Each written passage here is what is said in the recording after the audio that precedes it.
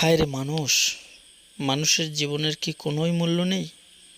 শুধু টাকার জন্য মানুষ মানুষের তরতাজা জীবন কি এভাবেই কেড়ে নিতে পারে?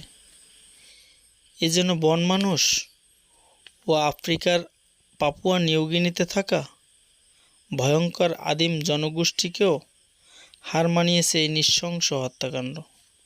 কি অপরাধ ছিল এই মায়াবী চেহারার অধিকারী লালচাঁদ সোহাগের?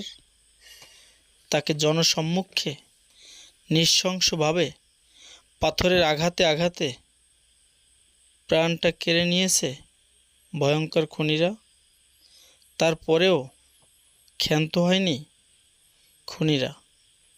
সোহাগের নিথর দেহের উপরে লাফিয়ে লাফিয়ে উল্লাস করেছিল খুনিরা।